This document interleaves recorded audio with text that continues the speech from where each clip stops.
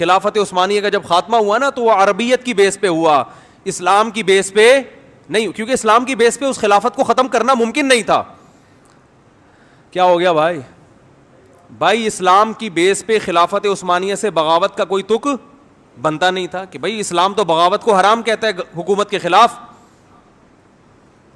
نبی صلی اللہ علیہ وسلم نے فرمایا مسلمانوں کا جب کوئی خلیفہ ہو اس کے خلاف جو بھی کھڑا ہو, صحیح مسلم کی حدیث ہے, اسے قتل کر دو کائن من کان, جو بھی ہو, کتنا نیک, چاہے عربی ہو, چاہے اجمی ہو, چاہے بہت کیسا ہی ہو, مسلمانوں کا اتحاد پارا پارا نہیں ہونا چاہیے.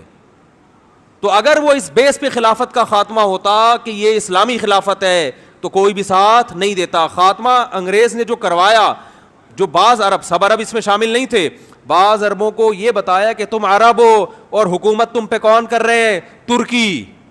ترکی تمہارا باپ کیوں بنا ہوا ہے؟ ٹھیک ہے نا, ترکی حرمین کا محافظ کیوں ہے؟ اسلام تو تمہارا ہے, ترکوں کا تھوڑی ہے. حالانکہ 800 سال ترکوں نے اسلام کی قیادت کی ہے, کوئی کم نہیں ہے یہ. 800 سال, جس کو انگریز بھی عظیم عثمانیین کہتا ہے, گریٹ عثمانیین, انگریز بھی کہتے ہیں عظیم خلافت.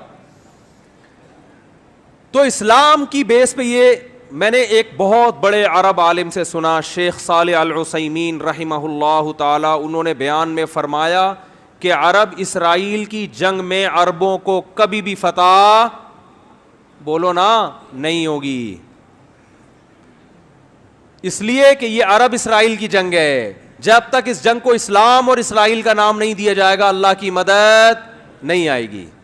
مسلم اسرائیل کی جنگ کہو گے تو مدد آئے گی.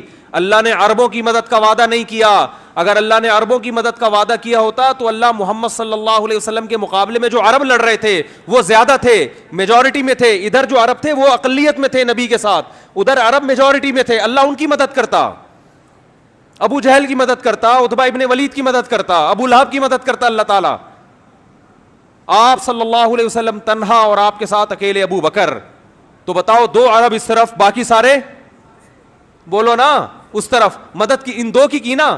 اس کا مطلب اللہ نے عربوں کی مدد کا وعدہ, بولو نا بھائی, نہیں کیا. کس کی مدد کا وعدہ کیا ہے؟ مسلم کی, اسلام کی, جو قرآن پر ایمان لائے گا اور اللہ کے نبی پر ایمان لائے گا. اس کے لیے عربی ہونا ضروری نہیں ہے. تو اسلام کی جو دعوت ہے وہ کسی قوم کے ساتھ خاص نہیں ہے. مجھے وہ حدیث بڑی پیاری لگتی ہے,